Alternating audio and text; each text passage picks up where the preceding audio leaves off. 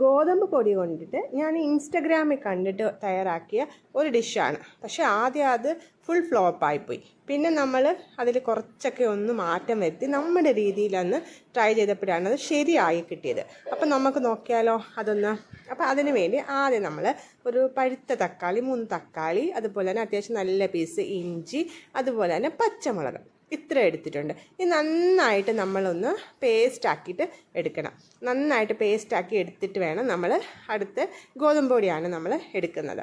അപ്പം ഞാൻ പറഞ്ഞല്ലോ, ഞാനത് ഇൻസ്റ്റയിൽ കണ്ടൊരു വീഡിയോ ആണ്. നമ്മൾ ആദ്യം അത് അതേ രീതിയിൽ തന്നെ കോപ്പി ചെയ്ത് നോക്കി. അവർ പറഞ്ഞ അതേ മെഷർമെൻറ്റും കാര്യങ്ങളും എല്ലാം എടുത്തു. പക്ഷേ എന്നിട്ട് ഒരു കാര്യമില്ലെന്ന് പിന്നെ മനസ്സിലായത്. അപ്പോൾ അതിലേക്ക് അവർ പറഞ്ഞ അതേ അളവിൽ നമ്മൾ 2 കപ്പ് ഗോതമ്പ് പൊടി ആഡ് ചെയ്തു. ആവശ്യത്തിന് ഉപ്പും കൂടി ചേർത്ത് ഒന്ന് മിക്സ് ചെയ്തു. ഇതെന്ന് പറഞ്ഞാൽ നല്ല ലൂസായിട്ടുള്ള കൺസിസ്റ്റൻസിയാണ് വേണ്ടത്. നമ്മൾ പേപ്പർ ദോശയിലെ അതേ ദോശയുടെ രീതിയാണ്.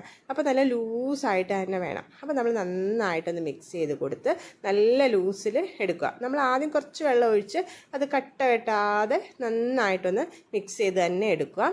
നന്നായിട്ടൊന്ന് മിക്സ് ചെയ്ത് എടുത്തതിന് ശേഷം നമ്മൾ അതിലേക്ക് അത്യാവശ്യം നല്ല ലൂസായിട്ട് തന്നെ വെള്ളം ഒഴിച്ചു നമ്മൾ എടുക്കണം. ബാറ്റ് നല്ല ലൂസായിട്ട് തന്നെ നമുക്ക് കിട്ടണം. പിന്നെ ഈ ഒരു ടൈമിൽ നിങ്ങൾ ഉപ്പൊക്കെ നോക്കുക. ഉപ്പൊക്കെ നിങ്ങളുടെ ആവശ്യത്തിന് ഉപ്പൊക്കെ ചേർത്ത് കൊടുക്കുക. പിന്നെ തക്കാളി നിങ്ങൾക്ക് ഇനി വേണമെങ്കിൽ തക്കാളിക്ക് ഇനി ചേർത്ത് കൊടുക്കാം.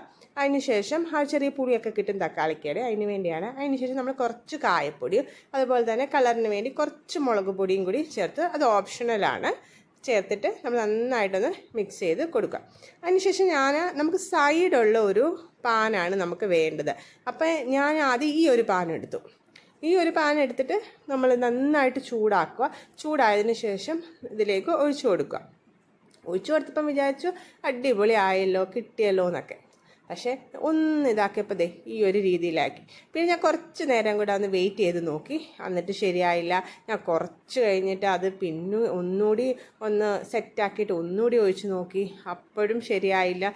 ഇതിൽ ഒട്ടിപ്പിടിച്ച് ഇരിക്കുകയാണ്. അപ്പം ഞാൻ വിചാരിച്ചു ഇനി പാനിൻ്റെ കുഴപ്പമായിരിക്കും എന്ന് വിചാരിച്ചിട്ട് ഞാൻ ഇത് കണ്ട് ഇതിൻ്റെ അകത്തിൽ എയർ ബബിൾസ് പോലെ ഇങ്ങനെ വന്നിട്ട് അതായിപ്പോവും. അത് ശരിയാവുന്നതേ ഇല്ലായിരുന്നു. എന്നിട്ട് ഞാൻ പാൻ മാറ്റി വെച്ചിട്ട് ഒന്ന് ട്രൈ ചെയ്ത് നോക്കി. അപ്പോഴും ഇത് തന്നെയാണ് അവസ്ഥ. പിന്നെ ഞാൻ അതിലേക്ക് കുറച്ച് അരിപ്പൊടിയും കൂടി ചേർത്ത് കൊടുത്തു. നിങ്ങൾക്ക് അരിപ്പൊടിയോ അല്ലെങ്കിൽ അതുപോലെ തന്നെ റവയോ ചേർത്ത് കൊടുക്കുക. രണ്ടും കൂടി ആണെങ്കിലും നിങ്ങൾക്ക് ചേർത്ത് കൊടുക്കുക. അത് കഴിഞ്ഞിട്ട് ഞാൻ വേറൊരു തവ വെച്ചു. അതിലേക്ക് ഞാൻ ഒഴിച്ചു കൊടുത്തപ്പോൾ സെറ്റായിട്ട് കിട്ടി. പിന്നെ ഇതിന് സൈഡില്ലാത്ത തവയായതുകൊണ്ട് നമുക്ക് കോരി ഒഴിക്കാൻ പറ്റില്ല. അപ്പം നിങ്ങളുടെ കയ്യിൽ സൈഡുള്ള തവയാണെങ്കിൽ അത് തന്നെ എടുക്കുക. അതാകുമ്പോൾ നമുക്ക് അടിപൊളിയായിട്ട് കുറച്ചുകൂടി വലുപ്പത്തിൽ എടുക്കാം. ഇതിപ്പോൾ സൂക്ഷിച്ച് വേണം ഒഴിക്കാൻ, അല്ലെങ്കിൽ എല്ലാം വെളിയിൽ പോകും. അതുകൊണ്ടാണ് കേട്ടോ ഇങ്ങനെ. അപ്പം നിങ്ങളുടെ കയ്യിൽ സൈഡുള്ള തവയാണെങ്കിൽ അത് തന്നെ എടുക്കുക. സൈഡുള്ള പാനിൽ അതായാലും മതിയാവും. അതിനുശേഷം നമ്മൾ അത്യാവശ്യം നല്ല രീതിയിൽ എണ്ണയോ അല്ലെങ്കിൽ നെയ്യോ ഒക്കെ ചേർത്ത് കൊടുക്കുക. ഞാനിവിടെ നെയ്യാണ് ചേർത്ത് കൊടുത്തത്. അതിനുശേഷം നമുക്ക് തിരിച്ചിട്ട് നമ്മൾ സാധാരണ എടുക്കുന്ന കൂട്ട് തന്നെ എടുക്കുക. നല്ല ക്രിസ്പി ആയിട്ട് തന്നെ കിട്ടും. കുറച്ച് പതുക്കെ ഇത് കുക്ക് ചെയ്തെടുക്കുക. പെട്ടെന്ന് അത് ഹൈ ഫ്ലെയിമിലിട്ട് കുക്ക് ചെയ്യരുത്. ലോ ഫ്ലെയിമിലിട്ട് തന്നെ നമ്മൾ കുക്ക് ചെയ്തെടുക്കുക. പിന്നെ അതിൽ ഞാൻ കുറച്ച് ഉള്ളിയും കൂടി അരിഞ്ഞിട്ട് ഒന്നുകൂടെ ഒന്ന് ട്രൈ ചെയ്ത് നോക്കി. അതും സൂപ്പറായിരുന്നു. അപ്പോൾ നിങ്ങൾ എന്തായാലും ഈ രീതിയിലൊന്ന് ട്രൈ ചെയ്ത് നോക്കും. ഞാൻ പറഞ്ഞില്ല, നിങ്ങൾ ഗോതമ്പ് പൊടി മാത്രം ട്രൈ ചെയ്ത് നോക്കരുത്. ഇൻസ്റ്റയിൽ കാണുമ്പോൾ നമ്മൾ എല്ലാം ഒരുപോലെ ആയിരിക്കില്ല. നമ്മൾ ട്രൈ ചെയ്ത് നോക്കുമ്പോൾ എല്ലാം അതുപോലെ കിട്ടണം എന്നില്ല.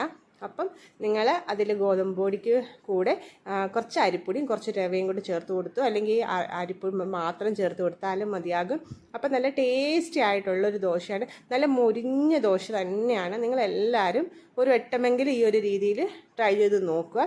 ട്രൈ ചെയ്ത് നോക്കിയിട്ട് ഫീഡ്ബാക്ക് കമൻ്റായിട്ട് എനിക്ക് അറിയിക്കണം. അപ്പം ഇതുവരെ എൻ്റെ ചാനൽ സബ്സ്ക്രൈബ് ചെയ്യാത്തവരാണെങ്കിൽ സബ്സ്ക്രൈബ് ചെയ്ത് സപ്പോർട്ട് ചെയ്യണം. Okay, thank you.